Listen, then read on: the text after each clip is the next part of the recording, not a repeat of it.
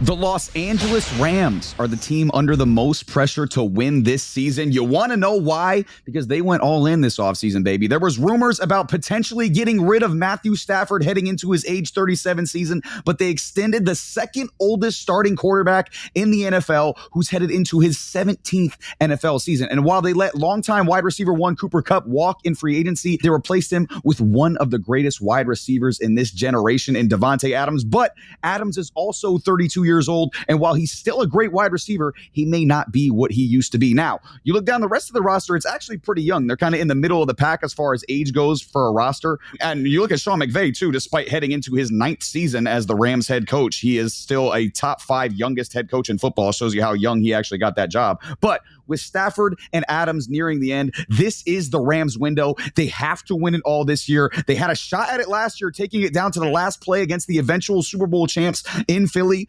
But in today's NFL, that favors the quarterbacks and wide receivers so much. When you have both of those right, which the Los Angeles Rams do, and they're aging, you have to get it done right now. And there's been some Arch Manning chatter over the last couple of days as well, because the Rams have 2 firsts next year, and Rams GM Les Snead's son is good friends with Arch. But the likelihood of that actually happening seems slim. And still, I believe in Arch's future, but you don't know if he's going to be a great quarterback or not. And you have one right now with Matthew Stafford. And this is the last year the Rams will contend for a Super Bowl. But I am going to kick it to Sammy because I know he has a different opinion than me, a wrong opinion, but a different opinion than me. I'm kicking it to Sammy. Sammy, what do you think about the Rams being under the most pressure, and who do you think is under the most pressure coming up in this NFL season? So the Rams being under the most pressure is a very good pick, actually, because I do think about it. Thank you. It's a great pick, actually, because, you know, they're getting up there in age. Matthew Stafford, Davante Adams, right? They got all these players. Here's my only thing. They won a ring already. They won a championship. They have nothing to prove at all. Their counterpart for that Matthew Stafford trade, ironically, is the team I'm picking to be under the most pressure. It was great that you started with the Rams there, Matt, because in my opinion, the Lions have the most pressure to win of any team in the NFC. I'll give you 3 points. Number one, their roster's back. Everybody's back, right? They've had a couple changes, right? Their center, Frank Ragnow, he did retire. They drafted his replacement already. Carlton Davis, gone. Bring in DJ Reed like nothing happened. And then Kevin Zeitler's gone, but they're replacing him with the guard that they drafted in the 6th round, Christian Mahogany. So, but the defense, the offense, everybody's back, right? Amon-Ra St. Brown, Jamison Williams, Sam Laporta, Jared Goff, Jameer Gibbs. Everybody is back. The defense is healthy. Number 2, Dan Campbell. Are you a coordinator merchant? We're about to find out. Ladies and gentlemen, the Lions have 2 new coordinators in town. That being John Morton, who was the passing game coordinator in Denver, and Kelvin Shepard, who was the Lions linebackers coach. Now, last couple of years, Ben Johnson's been the offensive coordinator, and they shot up. They were top 5 in offense the last 3 seasons. What else is there to really say about that? So can Dan Campbell recreate the magic and keep on winning regardless of Ben Johnson, regardless of the success of Aaron Glenn, who had to deal with all kinds of hell with injuries last year defensively? So this is a big year for Dan Campbell, and there's a lot of haters saying, hey, you know, Ben Johnson will do that to you. You know what I mean? First of all, he hired Ben Johnson, but you never know. Maybe he really is a Ben Johnson merchant. We'll see. But this is the final point. This is the point I want to hammer home the most. You're not an underdog anymore. You're not an underdog. You're 27-7 in your last 2 seasons. 15-2 last year, 12-5 the year before. Right? You've had a top 5 offense for 3 straight years. I already mentioned that. And you've won the division for 2 straight years. Okay? You have a top 5 receiver. You have a top 3 running back. And you could argue you have a top 10 quarterback on your team and a defense that's fully healthy, projected to be better with, you could argue, a top 10 pass rusher, top 5 pass rusher if you're being generous to Aiden Hutchinson, what he was doing prior to his injury. You're not this underdog that's trying to get over the hump anymore. You're not a 9-8 team. You're not just barely getting over. No, this is the time to win. It was a disappointment last year, but we'll give you the benefit of the doubt. Your team was banged up to hell. But this year, right here, if you're healthy and you don't, at the very least, make it to the conference championship game or go to the Super Bowl and win it, I would consider it, as of right now, a failure. And they are still losers of this Rams Matthew Stafford trade. I don't care what anybody says. They're still losers because they haven't won. Now, I've heard some people say, oh, they're back into relevance. Who cares about being relevant if you don't win the thing? Ask Andy Reid how it felt to be relevant for the Eagles, and then how he felt when he won Super Bowls with the Chiefs. So, yeah, that's my team. The Lions under the most pressure in the NFC for sure. Listen, Sammy, that's a great pick. Obviously, as we all know, I have a very soft spot in my heart for the Lions. And this year, again, this would be the third straight year I picked the Lions to go to the Super Bowl. I want to, but I'm nervous about some of those things that you just talked about, Sammy. I'm nervous about the interior of the offensive line. Those, like you said, Frank Ragnow retired. There's going to be some turnover on the interior of the offensive line. And like you mentioned, Ben Johnson's gone as well. Aaron Glenn's gone as well on the defensive side of the ball. We saw Philadelphia when they lost their coordinator, both their coordinators a couple years back. The next year, they kind of had a down year. And two, they're in the best division in football. One of the two best division in football. I think AFC West is going to be really good this year as well. But, they have the Bears who just got a lot better. The Packers are young and talented as well. And the Minnesota Vikings got a hell of a lot of talent there as well. So I'm a little bit nervous about my Detroit Lions this year, ladies and gentlemen. I ain't going to lie. And I'm saying my Detroit Lions because that's my NFC team, obviously. I like the Patriots and the AFC. And I've been riding with the Lions good for old a long Detroit. time. I've been riding with them, bro. Like they're my team at this point. I'm a Rams guy, but yeah, I'm a Rams guy. Well, okay. Well, I've won a Super Bowl the last couple of years. It's great. Okay. Yeah. But you don't get to take credit for that Super Bowl though, because you're actually a Dolphins guy.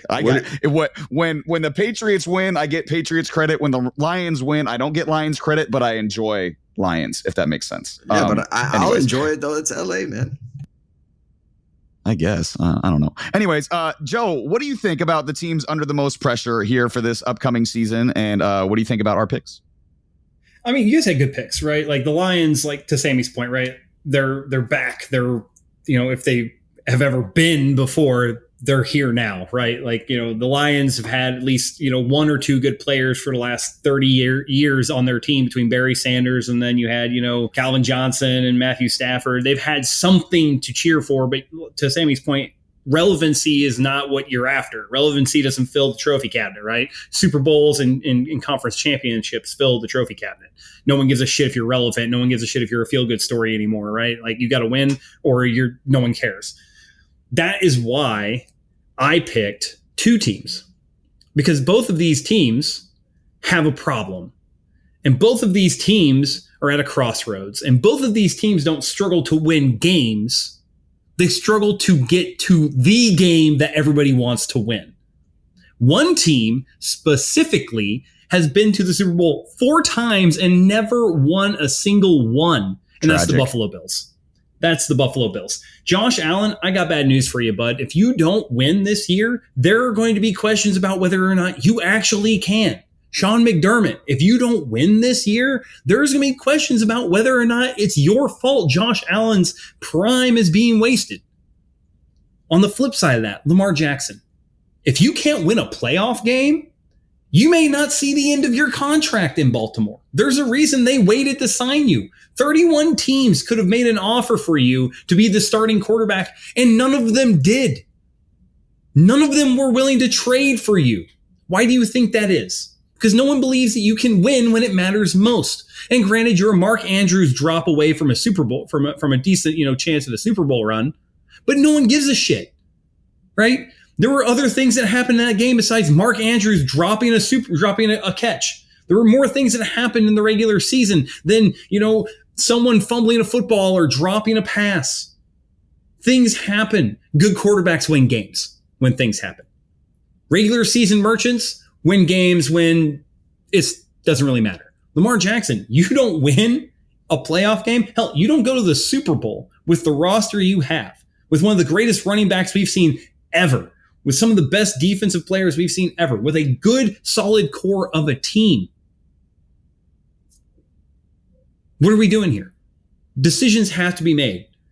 There should be major change in Buffalo and Baltimore if neither of these teams even see a conference championship, and if neither of them see a conference championship or a Super Bowl. With how we're questioning the Chiefs now, they're starting to show a little bit of weakness. Sure, they won 15-1, but did they look unbeatable? No. You're talking blocked field goals, timely plays, That's how a good team wins football games. And I understand we're putting a lot of pressure on a quarterback right now, putting a lot of pressure on a coach. But at the end of the day, those are the faces of the team. When shit goes wrong, no one looks at the kicker if Mark Andrews drops a touchdown, right? Hell, people barely looked at Mark Andrews. We were talking about Lamar Jackson after that game, I feel like more than we were talking about Mark Andrews for the same reasons I said. So at the end of the day, those guys, it's not just pressure to win. It's pressure to win it all. You have to get everything. And unfortunately, you're both in the AFC, which means that the best case scenario is you both meet up in the AFC Championship game and Patrick Mahomes is he's the monkey off your back. But at the end of the day, you guys got to figure it out, because if you don't, kiss your ass goodbye in some situation. It may be time to look for a new guy. I wouldn't say new guy, but I would say new guy at the head coach, new guy at the offense, new guy somewhere. There's going to be someone's gone. There's going to be a lot of change, like you mentioned, Joe. Like if those teams don't step up, and those were the two picks that I was like, man, like those are like. Yeah, like as soon as you started talking, I was like, yeah, like those are two obvious picks of like, man, you got like, because like you said, it's been knocking on the door, Oh, yeah. and then the Chiefs like open the door a little bit. Mahomes sees who's outside and just fucking slams the door shut on them every single time, So it's like every time they're going to have to get it done, like you mentioned, and if they can't get it done, there goes the head coach. I don't know about the quarterbacks. The quarterbacks seem like they're pretty stable, but the head coaches are gone. And you're making a ton of changes to weapons. You're making big moves now. You're doing big things to try to turn it around. All four of the teams that we just mentioned are pretty much Super Bowl or bust this season. You guys have to win the Super Bowl or else your season is a failure. And that's the way the cookie crumbles. God damn, 1995. Say hello with that sign off. that was so shitty. That was so corny. That was a terrible sign off. This has been Between the Uprights. Football is life. The rest is just details.